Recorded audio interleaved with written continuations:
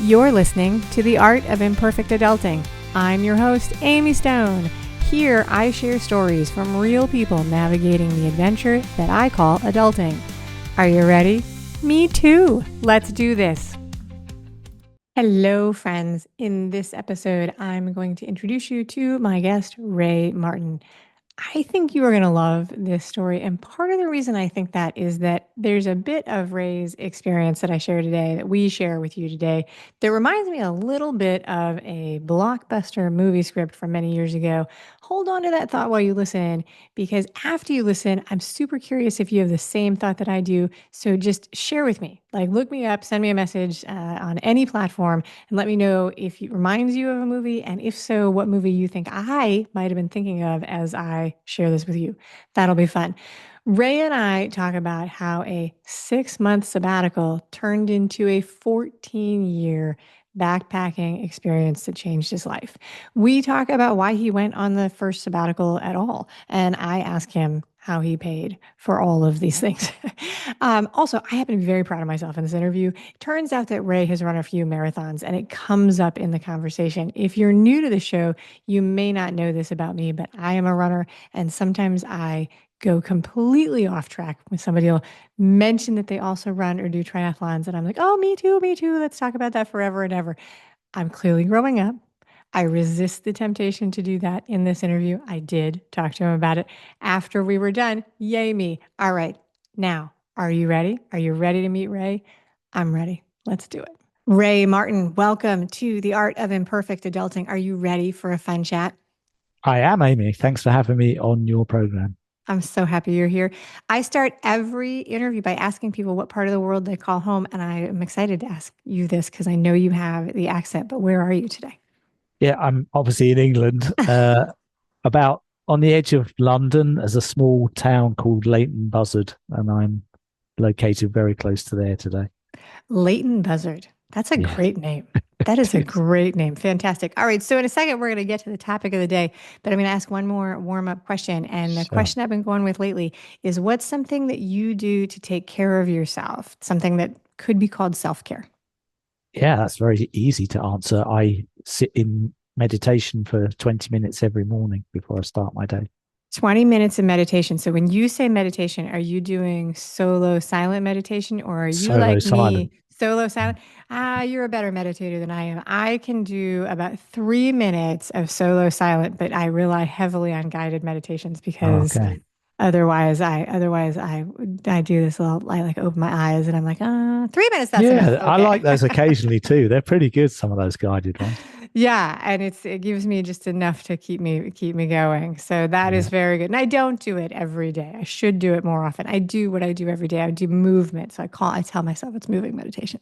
So Good. there we go. All right, the topic of the day is we're going to talk about how what was supposed to be for you a 6-month sabbatical turned into a 14-year journey that was life-changing. And that sounds to me like an amazing story. And I think a great question for me to start with for the beginning and for the listeners who are there is, can you take us back to before this happened? Yeah. What was life like for you before you even went on the sabbatical? What were you doing for a job? How old were you? That kind of stuff. Yeah, I can. I would describe myself as a typical mainstreamer. Like when I was Mainstreamer. Okay. when I was at school, the only road to happiness that I understood, which I've been told by my parents and teachers, was you get a really good job, you get a wife, you get a house, you have kids. Yeah. That's all of that equals happiness. Yeah. So So, in the States, we call that the American dream. What do they oh, call okay, it? When you grow up in the yeah, UK, what do they call it? yeah, but not the American dream. But Exactly. I don't know what the name for it was, but that's what everyone said. That's the way. Okay. And I never questioned it. I wasn't even aware enough about my thoughts about that to question it. Just followed it. So by the time I got to my uh, mid 30s, I was ready to launch a business of my own because someone had said to me, "You'll never get wealthy working as an employee for somebody. Sure. If you want to seriously do okay financially, you've got to start your own business." And I was in a relationship with someone who had talents and vision in the same area that I did, and so as a couple, the two of us decided to launch our own consulting firm.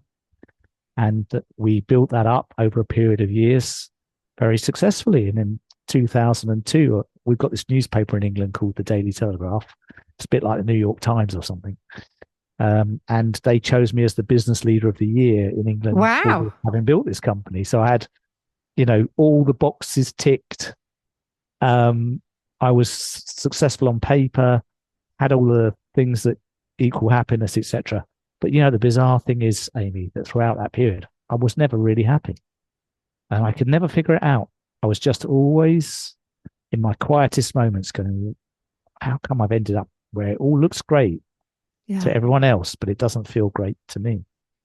And then I never resolved that until one day the woman I was married to, who was my business partner, came back from a business meeting and said, "I'm leaving you and I'm leaving the company." And it was really sudden and unannounced. Wow. Didn't see it coming. It was a real shock. I mean, it really was probably one of the most shocking things I've experienced in my life so far. And at the same time that happened, my father got very, very ill and he died shortly afterwards. So within 3 or 4 months of the life I knew as normal, I was out of my house, out of my marriage. My dad had gone. My company was going to change. It was like literally like someone had put explosive charges around my life and pressed the detonator handle and it all just blown up. And I was, Yes. So, and I was I mean, standing in a big bomb crater of rubble, looking at all this destroyed life. that really is many of the things. So what happened? So your marriage and your relationship that dissolved. So that's a Yeah, huge part. You moved out of where you were living partly yeah, because of the relationship. That's another thing. One of the yeah, foundational relationships of your childhood, your relationship with your father, that shifted. yeah, That's three like crisis level events in your yeah, life. Did you yeah. did you keep the company, or did the separation of the marriage mean that the company also dissolved? The company eventually got sold to somebody who wanted Okay. to take it to the next stage of its life. I energetically, it was over for me when my ex-wife decided she wanted out, because it Okay. it had been a sort of joyful creation out of the love we had for what we were doing, and I didn't feel it was ever going to be the same with a different business partner who wasn't someone I was at the heart level engaged with. Oh my goodness. That's so much change so fast, Ray. Yeah. So this So happens. I was down on the floor. I mean, I felt like a broken person. I never thought I'd ever be happy again. I really felt like life was over. I was like 44 years old. And I thought, So that's it. 44 years old. Yeah. What was so you had to move out of the house that you lived in Yeah. with your partner. Where did you move? Did you move to like a small apartment? Like I, what I, was, I stayed with a friend in an apartment for a while. And then I went back into the house after my ex wife had left to get it sold and things like that. But so yeah, sleeping on the couch or in the guest yeah, room of a friend? yeah, exactly. Life was just weird for a while. What, yeah, what did that, so take me back to that. Like, sleeping on the couch of a friend, you had been named a successful adult. You had the accolades. Like many Yeah, people chase the accolades, having somebody else tell us that we've yeah. hit success. You had that. A newspaper came and is like, you are successful, Ray Martin. And fast Gosh, forward, yeah. I even and had you're people sleeping phoning me on up asking me to help them be better leaders. better leaders. And then fast forward, and you're staying as a guest on your friend in his guest room or on his couch. Yeah. What did that feel like at like 9 o'clock at night when you're sitting in a house that isn't yours? If you Oh, had to horrible. describe that in a couple words, what would you do today with some distance on it? It was horrible. I cried myself to sleep most nights. I had a very understanding friend who knew my ex-wife as well, and so he was fantastic to me for a while. And then yeah, it was just awful, pretty Just awful. awful. Just Re- yeah. Really, the lowest point of my life, I'd say. Oh my And and goodness. that is why people who cared about me started to make suggestions like, "Why don't you take a sabbatical for a few months?" Oh, so that's how the sabbatical idea came from. It Yeah, didn't because bubble up from inside you. Somebody came and said, "What about this?" yeah, no, the first time someone suggested it, I just looked at them and said, "That's a stupid idea. I'd never do it. Who wants to waste their life backpacking around the world?" So, and Because also backpacking, we think of it. So you're in your mid 40s when yeah, this is bouncing around your head. Backpacking when around Europe, I think of that as more something that people do when they are 17, That's right. 25. We Yeah. call it a gap year in England. When you finish school and you go, before you go to university, you have a gap year. Most people go and travel that year. Yeah. We also call it a gap year Right. after Okay. in the UK, but because we are so committed to working hard Yeah. in the United States. Most people don't do it, Yeah. and so it's this whole pressure of it's catching on. It just depends on where it is, but we have a very cultural sensation that if you don't do things right now, you're never going to come back and do them, which puts a lot of pressure on our youngsters. Not Yeah. necessarily in a good way, but the all right. So the idea of a sabbatical bubbles up from your friends. Yeah. You initially think that it's crazy, you're never going to do it. Yeah. And how does that shift? How does that shift and become something that you begin to plan? And how long does that take? Well, I'll tell you what happened. I mean, it is quite hard to believe, but this is really what happened. I was so depressed and broken from what was going on that another friend gave me some advice at the same time and said, if you're really in a dark place and you can't see a way out, one of the things you can do is find someone who really, really needs help and just focus 100% of your attention and energy on helping them for a while and just put your own troubles to one side and just focus on that person. And generally, when you do that, something will emerge, some crack in your reality will emerge by taking your attention completely off of it for a while. And I thought, actually, that's a pretty good bit of advice. And I had heard through my grapevine of friends that someone I knew lived in Australia with her husband and very young son had breast cancer. So I reached out to her and I said, is that true? She said, yeah. I said, and she told me she was about to go for chemotherapy, etc. I said, how would you feel if I came out to Australia for a month and just took care of you and Matt and Pete and just was generally there to help and support? She said, oh, that would be great. Please come. Please come. Wow. So I did that and I stayed for about 3.5 weeks with them. Nothing changed. I was still in the same funk. And then I was thinking, oh, that bloody bit of advice, it wasn't that good and nothing. It's exactly the same. I'll tell you, it did shift, but I realized that within that advice, there's nothing to do with how long it takes until a new, Sure. someone said it was going to be immediate. Yeah. So I had a week left and I went to Cairns in Australia to see another friend because it's such a long way from England that I thought I better see friends while I'm here. Yes. And I, the day I arrived, she said, we're just getting tickets to see a play at the theatre tomorrow night. Do you want one? Because you can come with us. I said, yeah, okay. So we're at the theatre the next night watching this play. And in the interval, I saw an ad in the programme with all the details saying, we're going to audition for the next play here at this theatre. It's about a British member of parliament. It's called Out of Order. It's a very famous play. It's a comedy. And we're inviting actors to come and audition for it. And I turned to my friends, completely joking, and said, I should audition for that because I've got the perfect English accent to play a member of parliament. That would be great. And I thought they'd just laugh, but they actually looked at me quite seriously and said, well, we know the director of the play. Why don't you go to the audition? You're here on Sunday. I said, oh, don't be ridiculous. I'm leaving on Tuesday and I'm not an actor. I'm never going to get a part. And no, silly idea. They said, well, why don't you just do it for fun? I said, okay, I'll do it for fun. And I did go, flew back to England. The day I arrived, my friend Julie, who put me up to this audition, she said, we've had a call from the director of the play. They really, really want you to be in the play. And I said, well, what part? Because I can't afford to come back for 3 months. I've got all this work to do, mortgage to pay. They said they want you to play the lead role in the play, George Picton. It's like 400 lines a night in the script. It's the central comedic character of the whole play. They want you to play him. So I quickly got a copy of the script from a theatre shop in London. My brother's wife is an actress, so I showed it to her and I said, do you think someone with my experience, i.e. none, could sort of somehow do this? She said, yeah, I think you could. I could help you. I definitely think you could. And I then called the director of the play from London and said, are you crazy wanting me to do this? I've got no experience. You've got 400 paying customers every night coming in for their tickets. And are you sure you think I could handle this? They said, we think you'd be great. We'll guide you. We'll get you ready. We know you could do it. We really want you to do it. So I needed what I call a confirmation signal that this was the right decision because I sort of felt, honestly, Amy, that God was calling me to do it. It was a weird feeling. It was beyond just a good idea. I sort of felt there was some destiny involved in this. And so I thought, what's the confirmation signal that I need? So I'd got back from Australia to help 3 or 4 clients that had booked commitments with me to do work with them. And I needed the money to pay for my life. And I called each one and I just thought, I'll be truthful with them. I told them this story exactly as I'm telling it now.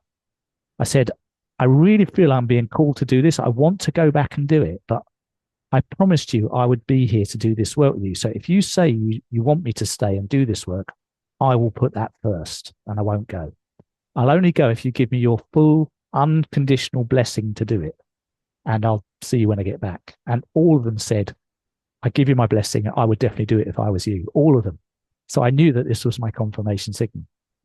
And so Wow. I then flew back to Australia 2 days later and I acted in the play. It was splendid. I got reviews in all the newspapers. It was just a life-changing experience. I still didn't have any new insight about the rest of my life. But as I was flying home from Australia after the play, I noticed I had this feeling of dread in my body in the aeroplane, thinking, oh, I'm going back to be Ray the businessman in London again now. And that doesn't feel so great with all the troubles that he has in his life. And then I thought, hang on a minute. I had this massive epiphany. I thought, Ray the businessman is just a character like George Pigden, who I learned how to play. I learned how he walked, how he dressed, how he sounded. Ray the businessman is just a character I've been playing for 20 years without consciously realizing it's not me. I can change that character or drop it or write him out of the series. I can just kill that off. And so when I got back to England, I decided to sell my house and close the company and sell it and get out. All right. That was one of my questions, like when I was thinking about Yeah. how this would have shaken out and how you ended up doing a sabbatical. Because I think that one of the things that keeps people from making big changes as adults is that we get enmeshed with our requirements. So like when you're, Yeah. when you're 18 and you don't have anything, there's Yeah. nothing, you don't need much money. It doesn't cost much to run your life. Yeah. And then we build all these entrapments that are very comfortable and they're not bad, but Yeah. it's like there's a limit where it's like, so you have to do these things. So you come back. So how long was the run in Australia? How many shows did you do? About 12 over 2 weeks.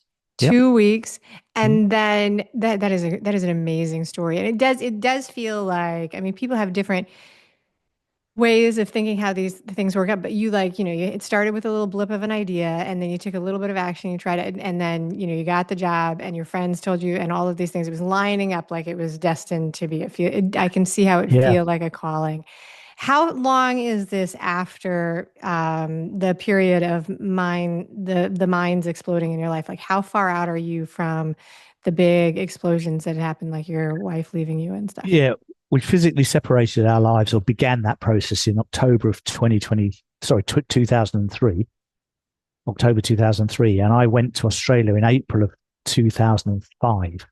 Okay, so it's about 2 years after that is About a year and a when half. Yeah. About year 18 and a months. half. Yeah. So about a year and a half, and then you begin the process of, divesting yourself of the things, the house, the job, all of this Yeah. stuff. I mean, I'll tell you, I just knew that I was going through a process of getting my life into alignment with what's true for me. That's all I could Right. describe it as. I stopped, I just stopped doing stuff that was, as Bronnie Ware said in her book, The Top 5 Regrets of the Dying, which is the book that's probably had the greatest impact on me ever. She said the top regret that everyone has when they die is I wished I'd lived my life true to myself and Yeah. not the life that others expected of me. And I look back at my life and everything I was doing was what others expected of me. And I was really good at it. That was the weird thing. Yeah. But I just didn't like it that much. And so I thought, I've got to Yeah. stop this. I'm going to stop this. I'm going to do what I want to do, not what others expect of me. And And so I think that your experience is highlighting a missing piece of how a lot of people experience this. yeah, When you had to actually get so far away from your existing life yes, to be able to even see and feel that it was not in alignment. If we had yeah, asked you yeah, before your wife had walked out, you had maybe a sense of malaise, yeah. an uncertainty, but not enough to pull the trigger because you didn't have any way to highlight what was going on. I love what you just said, Amy. And I remember because I was getting these confirmation signals from the clients say, go and do it. And then at the time, I read this quote And I thought, wow, that's the icing on the cake. Because the quote said something like, a man cannot discover new oceans unless he has the courage to lose sight of the shore. Yeah. Oh my gosh. Yeah. That's a good one. I have a lot of those little things that Yeah. reaffirm that idea because when you are comfortable, it is hard to see that, but it's like, the ship is not meant to stay in the harbor, that kind of thing. Yeah. It's like, but it's easier in the harbor when Yeah. you're at the dock, that's where the Yeah. easy things are. And yeah, and I think that's also why people have the big epiphanies about happiness and unhappiness when they travel on Mm, vacation, but they can be false signals. They can be false yeah. signals, and people They can make, can. it's my only point here is I don't think it's as easy all the time to pick it up in the moment Yeah. as we wish it was. And I think that's one of the common frustrations that a lot of people go through. It's like something is off, but I don't even know what it is. And you can be surrounded by people who are like, hey, just get in alignment. And you're like, Yeah. alignment with what? What does that mean? Yeah. Well, And so, yeah. I think that was that event, to answer the long answer to the question. That was what gave me the impetus to Yeah. start the sabbatical, because when I got back to London, I put my house on the market, and within 2 months it was sold. And that gave me the job of deciding what to do with everything that was in it, because Sure. it was the accumulation of all the material possessions of my life. So I decided, having read the book by Ryan Nicodemus and Joshua Fields Milburn, the minimalist guys, Oh, okay. Yes. All right. I Very read their good. book and watched their documentary, and I decided I would either sell or give away everything that I owned, because I didn't want to put it into storage. Everyone who'd done that had told me they never wanted the stuff back, and they wasted Right. tens of thousands of dollars. And so I But the got rid of first month everything. is free. The first Yeah, month is free. That's how they get you in there. it might be, but I got rid of everything, and it left me with like a 22-kilo holder of clothes and a laptop. That was all I had left. Wow. and and Okay. I was ready then to go on a sabbatical. And I had a couple of dates in London with someone who was also wanting to travel for different reasons, and we said we'll travel together initially. So that it was all coming together really, really in an easy way. It was sort of laying itself down in front of me almost. So And as you were doing this, as you were yeah, shedding the layers, getting rid of, you sell the house, you're yeah, getting rid of things. Did you have moments of uncertainty as you were doing this? Because that's a big stuff is tied to our yeah, memories and to our yeah. emotions. And, like, so was it clear that it was like, this is all very good? Or were there moments of like, oh, I don't know? Yeah, there were some, just as I was going off to sleep sometimes, I'm thinking, am I just nuts? Am I Yeah. throwing this all away? Am I ever going to have a life like this again? I built all Yeah. this up. It took so many years of hard work. Am I stupid to just let it all go? But, that's what I call my habit voice, the voice that says all that stuff. But my wisdom voice, which is coming from inside my gut, much lower down in my being, was going, Ray, you just trust this. Just trust it. You just go and do what you're being guided to do, and All trust it. right. And so I was What having did, both of those voices. Yeah, Yeah. that's definitely what about, and I think that's really, especially with buying and selling a house, there's Oh often God, yeah, on both sides when you buy a house and they show you how much you're going to be spending over the time, that's a yeah. gut check moment. And also when you sell a house, it's like, oh, is it a mistake? Am I It making a was a mistake? beautiful house in West London. It was like one of those Yeah. brownstone houses in New York City. It was like, oh my God, should I let this go? Yeah, it can be really hard. And I haven't gone through exactly what you've done. So, but it can be very, very hard, any of those changes for sure. And so as you're doing this, what are the people around you saying? Are people around you encouraging it to do, or was there the occasional person that was like, I don't know, Ray? Yeah, I mean, it's a mixture, to be Yeah. honest. Like some naysayers going, you're crazy. Why don't you just stay and carry on with the business? You put so much into it, and la Yeah. la la la. Other people were saying, this is the chance of a lifetime. What have you got to lose? If it all goes wrong, you can just come back and start doing what you did before. It's like there's Yeah. not much risk, and they were right. And the big thing for me that made it really easy is I didn't have kids when I was married. Okay. So I didn't have to think about their wellness or their how to look after them. I built that was just how it turned out. It was by good fortune I didn't have them at that moment. All right. So Is the plan at this point, you've got a friend who you've met who also wants to travel. Is it an intentional 6 month plan? Did you say to yourself, I'm going to do this for 6 months Yeah, I and did. this is, and then I'm going to come back and get back to my real life? Yeah, I did. Partly because the property market is such that if you stay out of it too long, prices go up, etc. So Oh I yeah, said, that's the you can yeah, sell your house, but you don't have any place to live then. yeah. So I said, look, I'm going to sell the house. The house did get sold. It was in a great place and lots of demand for it. And I said, I won't buy another property before I leave because I'm not quite sure exactly where I want to live. But when I get back after 6 months, I'm going to buy a smaller property and start over again. So I had the intention of doing that and maybe starting another business as well. Right. So that Because I was the thought, yeah, familiar pattern. yeah, That's your risk container. You were like, yes, I'm yeah, ready for 6 months. yeah, This is going to be a whim, and then I'm going to come back to what I already know works. And that gave you the confidence then to take the jump. yeah. And I thought I'm going on a quest to find out what I'm not understanding about life, that all of this bad stuff has happened to me. And Okay. what's the wisdom I need to draw from it all and reflect on? I didn't quite know how that quest was going to be met. But Anthony Robbins, the coach who a lot of people know about in America, he says, the quality of your life is depending on the questions you're asking, because Yeah. the word quest is, what is the quest I am on? Quest I on. That's Okay. how Oh, the thing. question, Yeah, question. Yeah, yeah. So Anthony Robbins, Tony Robbins, he gets a lot of flack sometimes, but that is one of the things he's most famous for saying. I think it is a really, really powerful thing. It's like yeah, me you too. look at the questions that you're asking and sometimes putting yourself in a situation where people will push you on the questions. Like Yeah, when we were talking about what were your friends saying, and some of them were saying, you're crazy to do this, and others were saying, chance of a lifetime. yeah, And having that, the variety of questions doesn't necessarily make the decision making easier. It just means that you have different pools to figure out what feels better. Like being yeah, at a buffet. Oh, do you yeah. guys It do is. buffet? Where it's like you try one thing and you're like, no, I don't like that actually very much. Yeah, And then you try the other thing and you're like, oh, look at that. That's the thing I like. yeah, exactly. So I think that that's really good. So what did you do on the 6 months? Where did you go and what were some of the Well, experiences you had? the first place I headed to was Thailand, Okay. because it was a popular country for backpackers and low cost, and lots to see and do. I'd never been to Asia in my life, so I could have picked anywhere, but that's where I headed first, and just started to enjoy life without a tie. The tie of the businessman, The but cravats, also yes. but also the four ties I describe in my book, which are our life's defined by our career, our partner or spouse, our house, our actual Yep. home, and our community of friends and family. I So those think are the that's, four yeah. ties. So those are the four ties. And I had And none of those at all for a while.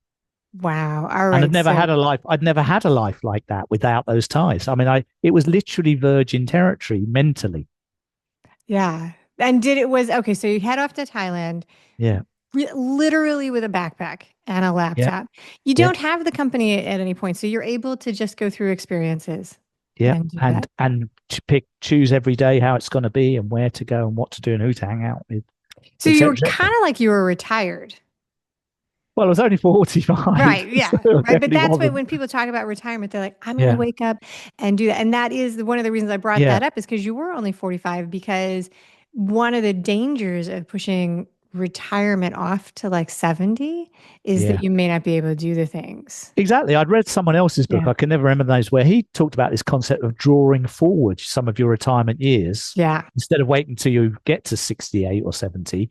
Maybe bring 2 or 3 years of your retirement into your 40s, take a couple of years off, and then go back into work and then do it again in your 50s, etc. And I like that idea. I thought that I was think brilliant. that's very, yeah. I think that that's very good. And I think that one of the things that happens to people is that they end up with those breaks, but they're unplanned because of job security, like they'll be changing jobs or Mm. something is happening or there's an illness. And so they are taking breaks, but they're not taking breaks to have amazing experiences. They're not, Yeah. Yeah. they're not going on the backpacking trip. And that's not to say that everybody can. Like it's an amazingly privileged thing to be able to have done that, Yes. I'm sure, right? Like, so people, for anybody who's listening, who's like, I'd love to do that and I can't because I don't have a business to divest myself of, we get it. We Yes. get it. All right. So, How then does, because that's one of the things I was going to ask you is I was like, how did you pay for this sabbatical? Like Well, how, how, right. yeah, I'm glad you Yeah. did because a lot of people sort of think I must have had loads of money, but I'll give you, I can't remember what the actual costs were 20 years ago in London, but let's make it relative, just use relative numbers.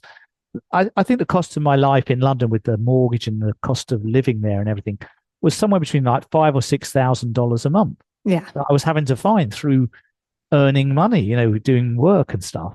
Yeah. When I was living in Asia as a modest, frugal backpacker, really living budget, I was living on $600 or $700 a month. So it Right. was Because you just nowhere didn't near have as any. it was Yeah. nowhere near as expensive. I could literally have lived 2 or 3 years on the same amount of money that would have lived 1 year in London. Yes, 100%. And then, so then you go to Thailand, you begin to have these experiences. What would you say is it's the first time you are realizing you don't have these connections or these ties to your life? What are the first couple of epiphanies you have? Like, how are you feeling at this time? I felt pretty anxious and scared in the first 3 or 4 months I was traveling. I was a tourist, so Yeah. I was enjoying it on the surface. But inside, I was thinking, I felt I was carrying a lot of guilt and shame about having been a failed husband and Okay.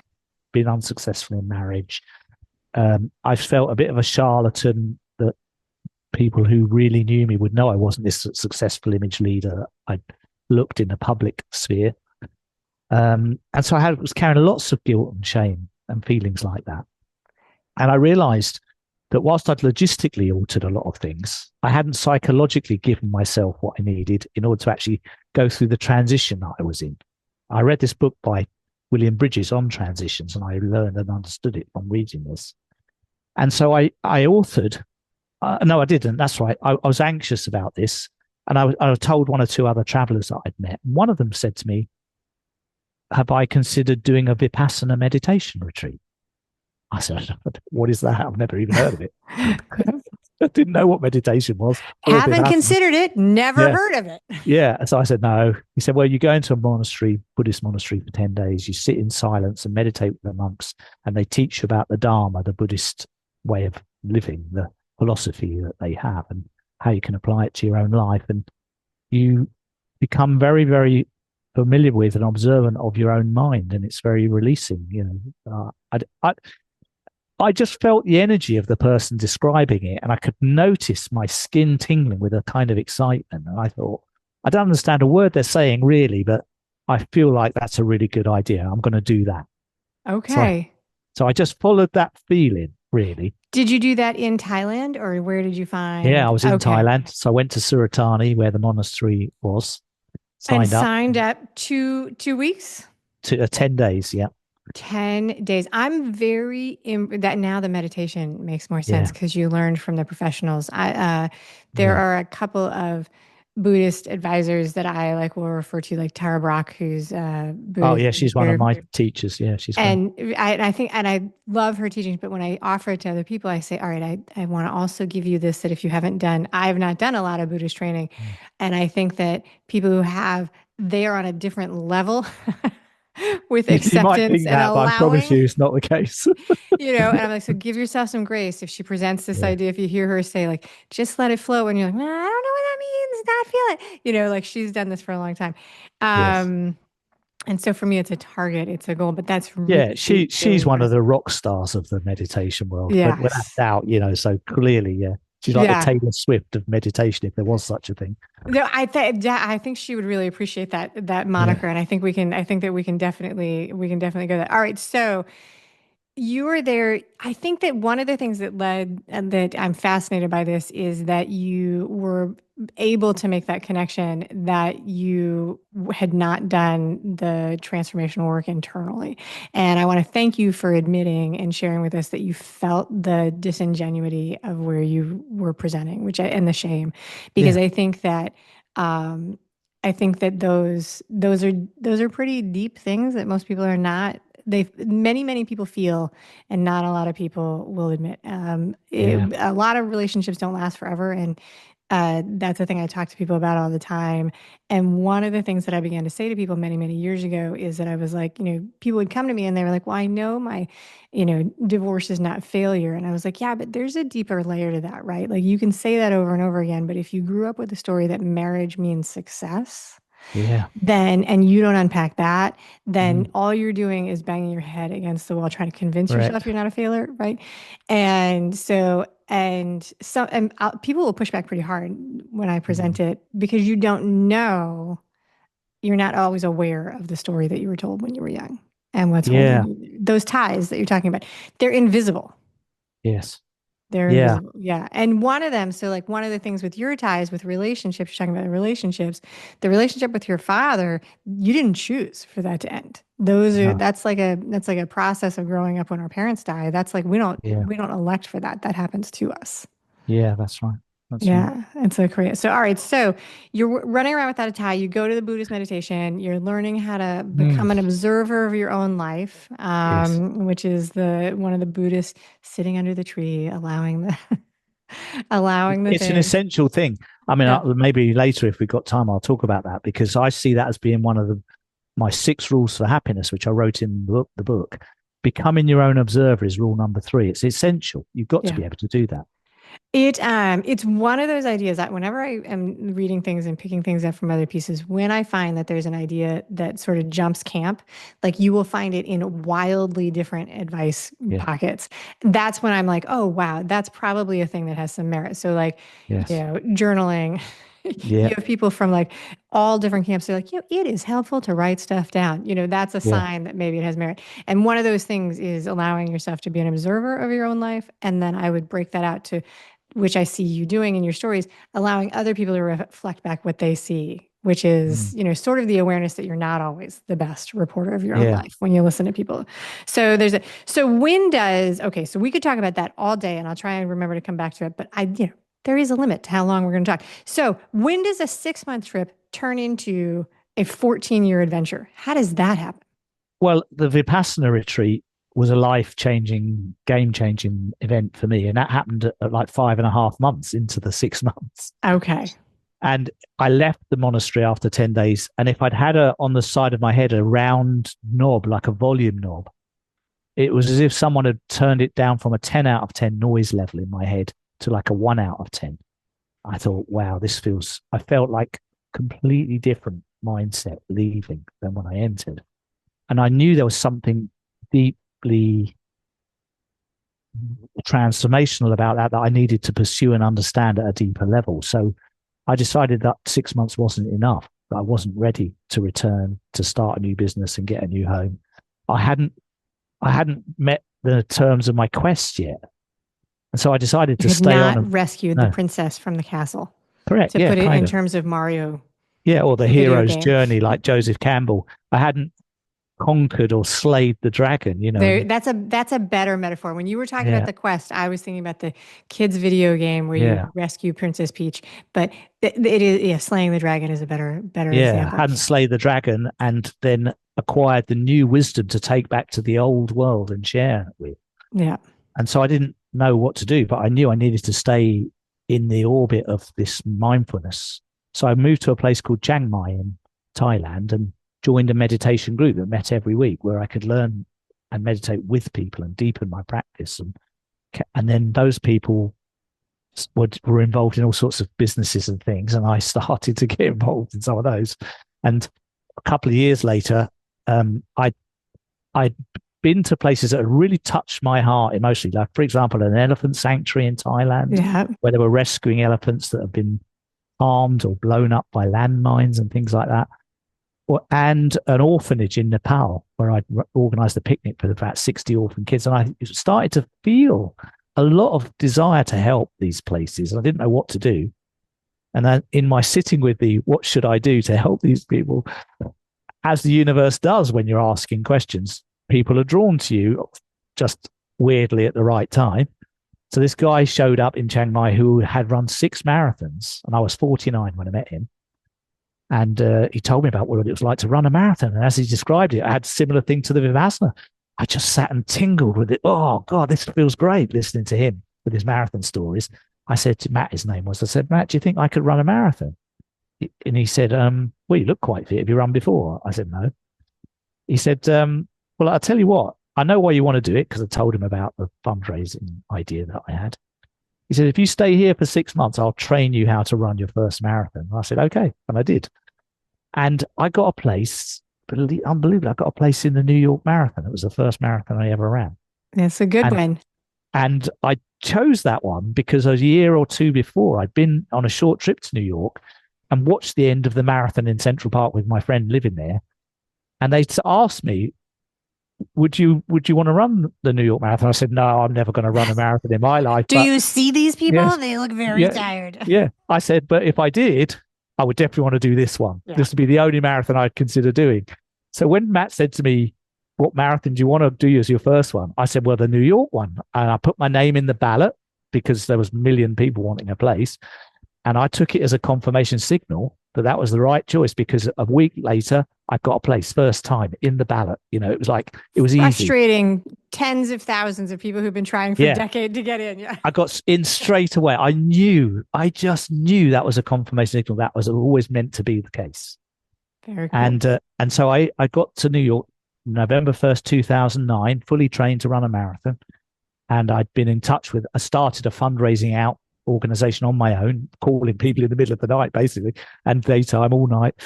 I raised $15,000. So after I ran that race, I then had a year and a half to go back to Asia with all that money and deploy it at the elephant sanctuary, at the orphanage, get stuff built, buy computers, buy things they needed, and get it all installed. And that took me a year and a half. So now I'm like 5 years into the journey. Wow. It just kept, and every time I did something, it snowballed to something else. And the other thing was always quite exciting. Very nice. And it just kept on, it just literally kept on snowballing like that. And eventually, 14 years later, I returned to the UK at the end of a 5-year relationship that came to an end. And it was time to go back.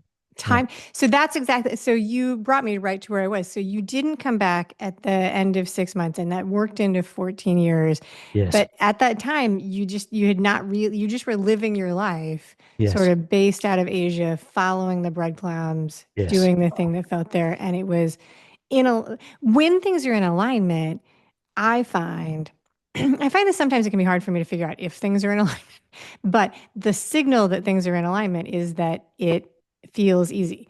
And the example I give to people is like, if I want a turkey sandwich for lunch and I go into my kitchen and all of the ingredients are there, that feels really easy, right? Yeah. That's like an alignment. But if I want like to make paella and I don't have any of the ingredients and I'm in a town where I don't even know where the grocery store is, that feels like it's a lot of work, because it's not that the paella is a bad idea. It's just that it's not in alignment with what resources I have and the knowledge and stuff like that. Yes. So there's a relationship in there that works. You long-term, a couple relationships, but then you find yourself at another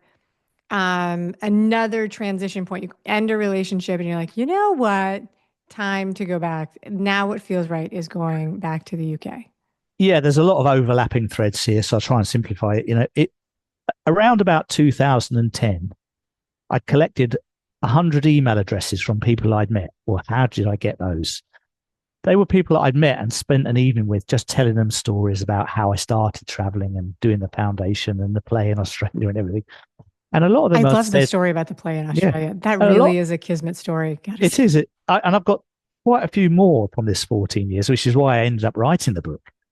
But the thing was that everyone said to me, and this made me laugh when they said it, can I give you my email address? I say, yeah, why? They say, well, because I love the stories you've told. And if you ever write a book about it, I'd really like you to write to me and tell me. And I laughed and said, I'm not doing this to write a book.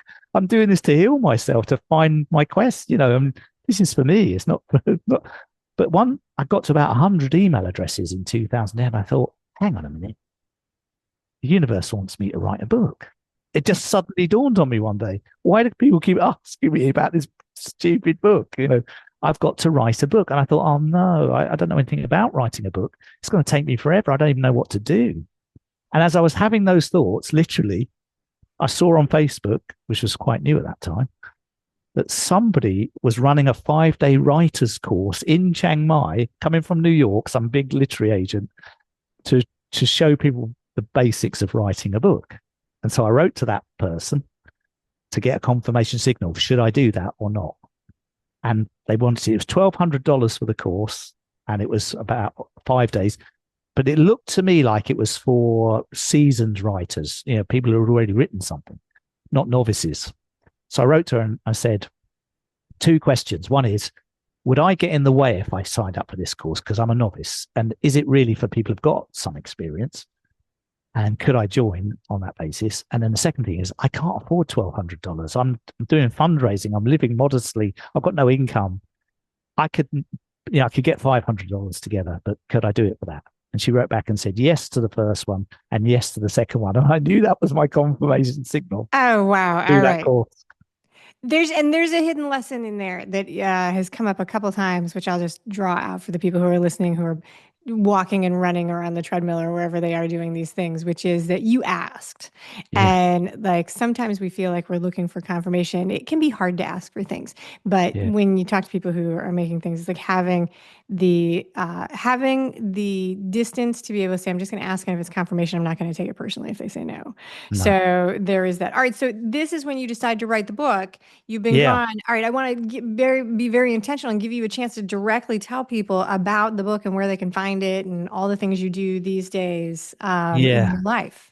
Well, the easiest way to find out about the book is at the website lifewithoutatie.com, because the book's called Life Without a Tie, and there's a website lifewithoutatie.com. That's the easiest way.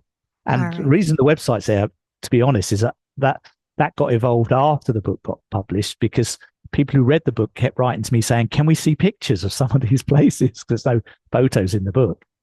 And so that website's got lots of photos from my actual journeys on different places and some of the people in it, et cetera, so that people can see what it looked like. Very good. So you write the book. How long ago did you release the book? Oh, you're like 18 months ago. It's quite recent. This is very new. This is very new. All right. So people can find that as Life Without a Tie, TIE. It's on Amazon. So it's in books shops, but mostly I think in America, most people buy it on Amazon. That we are a very Amazon-driven group of people. That's very fair. I'm going to put all those links for everybody in the show notes. So wherever you're looking for it, it'll be there on the podcast player. It'll be there on YouTube. Yeah. The easiest way for people who are watching and listening to get the links is always to be a subscriber to my email list at imperfectadulting.com. And then I send them direct to your inbox. Brilliant. Amy, just let me tell you as well that if anyone wants to hear me speaking the introduction of the book, I did an audio recording, which is on that website, and it's free to download. Perfect. So if someone's thinking, I'm not sure if I want to read the book or not, they can hear the introduction and then decide. They don't have to. That is a very generous offer, and I want to say thank you so much for sharing it with the audience, and I'll make sure that we mention that. All right. Ray, are you ready for the final 3 questions? Yeah, I think so. I say that so ominously, but it's really just for fun. All right. So the idea is that I just throw out this random question for you and you answer with whatever comes to mind, 2 or 3 words, right? Okay. If you could only eat one meal for the rest of your life, like on repeat, you only get the same thing, what would you choose? That's easy. Steak, mushrooms, and onions. Really? I love that you had that ready. That's my favorite go-to Very meal. good. That's all right. it. Very good. That's a very bachelor meal. It's like steak on the grill. All right, very good. Do you consider yourself a morning person or a late night person? Definitely a morning person. Morning person. Late night, I'm ready to just chill. Yeah. Very good. All right. You've done all of these things. You've had like these amazing experiences. Do you still have a bucket list or like some ideas of things that you still want to do and hope to experience? And if so, are you willing to share with us one of the things that is still out there that you want to do? Yeah. Right now, what's coming to the top of my bucket list is I want to learn how to play the guitar. Very nice. Very nice. All right. I have no idea how I'm going to do that, but that's one of the things that's next. I think that's an eminently doable thing because it's like a lot of people do it. Like, so, you buy a guitar, you find a teacher, you mess around. Yeah, right. Cut your fingernails. Yeah. That's how that goes. All right. That's it. Ray Martin, thank you so much for being a wonderful guest on the show today. My pleasure. Thank you. Thank you for listening today. I hope that you enjoy the show. And before I go, I want to encourage you to become a bigger part of the conversation. Obviously, subscribe wherever you're listening to the show. Listen to more episodes. That'd be great. Obvi again, please write a review and tell your friends about the show. That truly is a great help for getting the show in front of new people. Okay, but more fun for you yourself, head over to imperfectadulting.com and join the email community. You'll get some free stuff right away, and that way you'll begin to get the emails about the podcast. This includes the links for the special offers from the guests, and it's the only way to get that.